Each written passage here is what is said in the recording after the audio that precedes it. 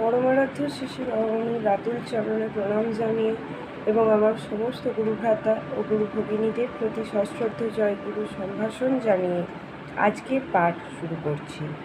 ওম অখণ্ড সংহিতা বা অখণ্ড মণ্ডলেশ্বর শ্রী শ্রী স্বামী স্বরূপানন্দ পরমহংসদেবের উপদেশ বাণী তৃতীয় খণ্ড।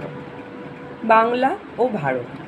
একদিন শ্রী শ্রী বাবামণি বলিলেন, বিধাতারই আজ এই অভিপ্রায় যে আমাদের কর্মক্ষেত্র চতুর্দিকে বিস্তৃত হোক এবং বঙ্গভূমির জন্য যে সুমহৎ গৌরব ভবিষ্যতে স্নেহময় বুকে সঞ্চিত আছে, সমগ্র ভারত নির্বিবাদে তাহার অধিকারী হোক।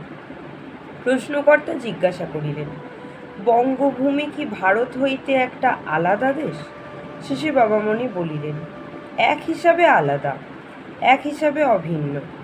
বাংলা সমগ্র ভারতেরই এক অবিভাজ্য অঙ্গ, সুতরাং ভারত থেকে তাকে আলাদা ভাবা ভুল।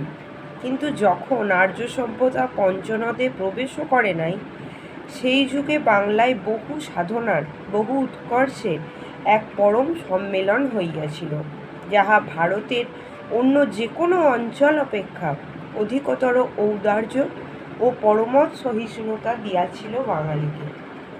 বেদ ও তন্ত্রের যতখানি মিলন, বৌদ্ধ ও অবৌদ্ধ সাধনার যতখানি সমন্বয়, হিন্দু ও মুসলমানের যতখানি ঘনিষ্ঠতা, ভারতের আর কোনো প্রান্তে সম্ভব হয় নাই।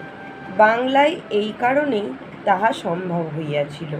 এই জন্যই বাঙালির প্রাণের গতি বিশ্বজনীন।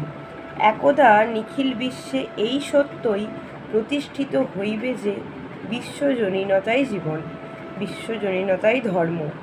সাধক বাঙালি সেই জীবন ও সেই ধর্ম সমগ্র ভারতে তথা জগতে প্রচার করুন। জয় গুরু।